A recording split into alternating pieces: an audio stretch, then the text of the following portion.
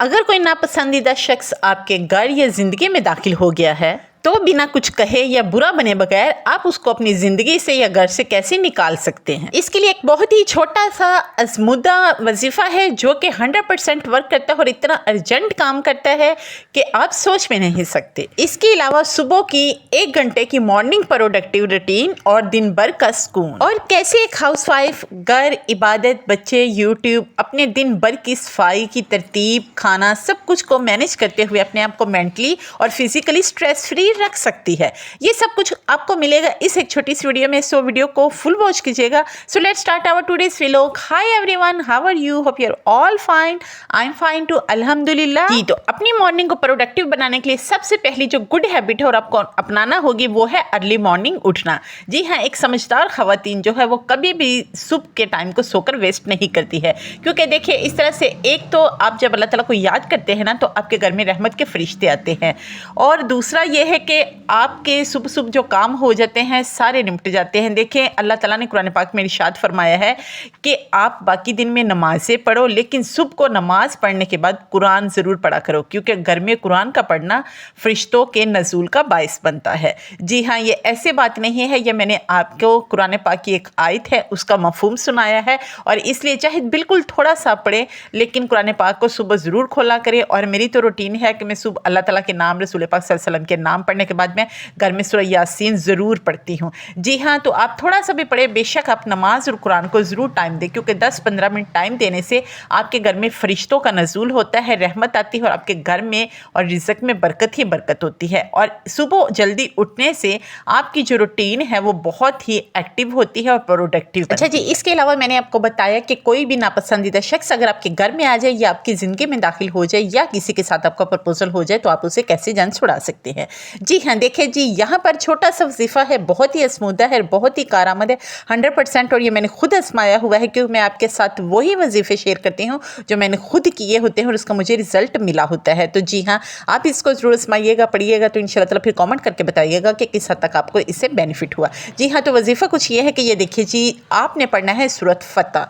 सूरत फतह को आपने जो है ना दिन में एक बार पढ़ना है, और कम से कम आपने इसको 3 दिन मुसलसल पढ़ना है लगातार, बगैर किसी नागे के, ठीक है। और जो अपने मकसद है वो अपने पहले माइंड में रख लेना है, वल आखिर दुरूद पाक 3-3 बार पढ़ के, तो फिर आपने जब भी पढ़नी सूरत फतह तो एंड में दुआ मांगनी है।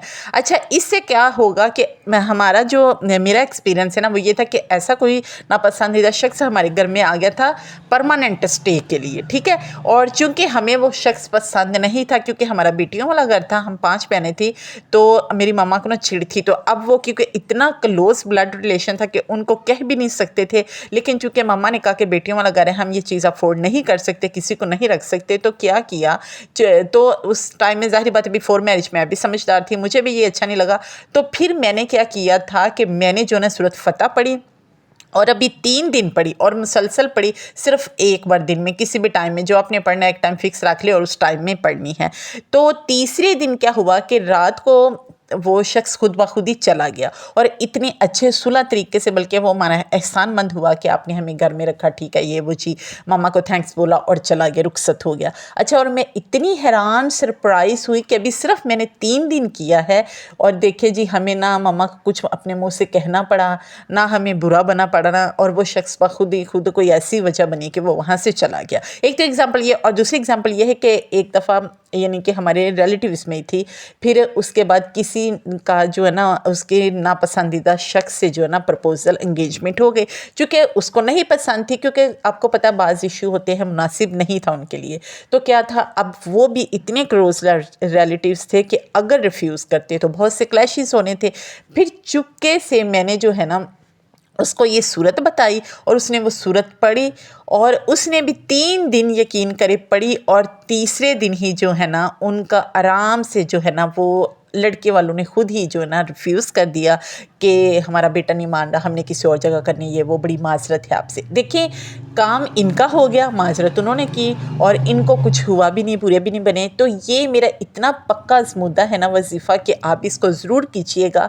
किसी भी नापसंदीदा शख्स से आप जान छुड़ाना चाहते हैं ना, किसी को अपनी ज़िंदगी से या अपने घर से निकालना चाहते हैं, तो आप ये बहुत ही बेहतरीन अमल है, आप इसको ज़रूर कीजिए। अच्छा जी, इसके अलावा मैंने आपको बताया कि मुझे ज़िक्र-ज़कार, इबादत, घर, सफाई, बच्चे, यूट्यूब सब कुछ कैसे करती हूँ और फिर अपने आप को फिज़िकली और मेंटली कैसे फिट रखती हूँ। जी हाँ, देखिए जी, जब सुबह मैं नमाज़ पढ़ लेती हूँ ना, तो उसके बाद मैं सोती नहीं हूँ। मैंने अपने बच्चों का नाश्ता बनाया, सब कुछ किया, उसके बाद मैंने मिनटों में जो है ना सफाई करती हूँ और सफाई करने के बाद जो मैं नहा के फ्रेश होके कपड़े पहन के आराम से रिलैक्स होके कमरे में ऐसे जैसे आप मुझे देख रहे हैं बैठ के पुरसकून होके फिर ब्रेकफास्ट करती हूँ। और ब्रेकफास्ट करके फिर उसके बाद जो है ना मैं अपना यूट्यूब का काम करती हूँ। जो भी मुझे अपना स्क्रिप्ट लिखना होता है वो मैं सोचती हूँ, एडिटिंग करती हूँ और वीडियो अपलोड करती हूँ। ठीक है, ये सब कुछ काम होने के बाद चूँकि फिर आप थोड़ा सा थक जाते, एग्जॉस्ट हो सकते, अपनी बॉडी को जो है ना थोड़ा सा रिलैक्स का भी टाइम दीजिए। इतना मत अपने आप को एग्जॉस्ट कर लीजिए कि नेक्स्ट डे जो है ना आप अपने आप को तैयार ही ना कर सके। तो ये सब कुछ करने के बाद थोड़ी देर के लिए मैं रिलैक्स करती हूँ, लेट जाती हूँ, क्योंकि बच्चे अभी स्कूल होते हैं तो बच्चों के स्कूल आने से पहले मैं लेट जाती हूँ। और इस दिन मेरी बेबी की बर्थडे थी, ये देखिए जी। और यहाँ पर जो है ना मैंने सुबह टाइम 2 नफल भी पढ़े थे, क्योंकि जब भी किसी बच्चे की बर्थडे हो तो एक मीठी चीज़ बना के ज़रूर बांटे बच्चों को। दूसरा जो है ना शुक्राने के नफल ज़रूर पढ़ा करें, क्योंकि अल्लाह ताला ने आपके बच्चे को सेहत और तंदुरुस्त तवाना बनाया और आपको ये खुशियाँ देखने के काबिल बनाया। तो मेरी तो रूटीन है, मेरे जब भी आशिर अरहम की बर्थडे होती है तो मैं नफल भी पढ़ती हूँ, मीठी चीज़ भी बांटती हूँ। तो यहाँ भी मैंने अपने बच्चे को जो है ना वो बेबी को लेके दी थी कैंडियों का डिब्बा, उसने स्कूल में बांटी, सफाइयाँ भी बनाई थी, वो भी बांटी और मैंने नफल भी पढ़े थे। और उनके जाने के बाद जो मैं ये सब कुछ काम करके रिलैक्स हो जाती हूँ, रेस्ट भी करती हूँ। चूँकि मेरे हस्बैंड बैंक में होते हैं, लंच वो घर से लेके चले जाते हैं, दोपहर टाइम में मैं ताज़ा नहीं बनाती, तो मैं बहुत रिलैक्स होती। शाम को खाना बनाना होता है, तो जब बच्चों के आने के बाद उनको खाना वगैरह देने के बाद फिर मैं शाम के खाने की तैयारी करती हूँ। तो इस तरह मैं अपनी बॉडी को मेंटली फिजिकली फिट रखती हूँ, रिलैक्स रखती हूँ। ये है मेरी सफाई की, घर की, बच्चों को मैनेज करने की तरतीब। क्या है, सिर्फ सुबह उठने से जो है ना मुझे ये इतना टाइम मिल जाता है दोपहर में फ्री कि मैं अपने आप को रिलैक्स रखती हूँ। तो अगर आप भी सुबह जल्दी उठेंगे और उठने के बाद सोएंगे नहीं और जल्दी जल्दी सारे काम निपटा लेंगे, तो उसके बाद फुल दोपहर जो है ना अगर आप लंच तैयार नहीं करती तो आपके लिए टाइम ही टाइम होगा और रेस्ट का ही टाइम होगा। तो ये थी मेरी तरतीब और ये था मेरा व्लॉग, जो कि आपने बहुत ही अच्छा छोटा सा वजीफ़ा आपको बताया। इस पर ज़रूर इम्प्लीमेंट कीजिएगा और कॉम्प्लीमेंट मुझे ज़रूर दीजिएगा कि कैसा आपको लगा। तो इंशाल्लाह ताला फिर मिलेंगे नेक्स्ट व्लॉग में। तब तक आपसे इजाज़त चाहते हैं। अपना बहुत सा ख्याल रखिएगा। चैनल पर नए तो चैनल को सब्सक्राइब ज़रूर कीजिएगा, वीडियो को शेयर कीजिएगा। ऐसे बहुत ही अच्छे वजीफ़े मैं आपके साथ अक्सर शेयर करती रहती हूँ और ये वजीफ़े मेरे 100% होते हैं, कोई फेक नहीं होते हैं। इंशाल्लाह फिर मिलेंगे नेक्स्ट व्लॉग में। अल्लाह।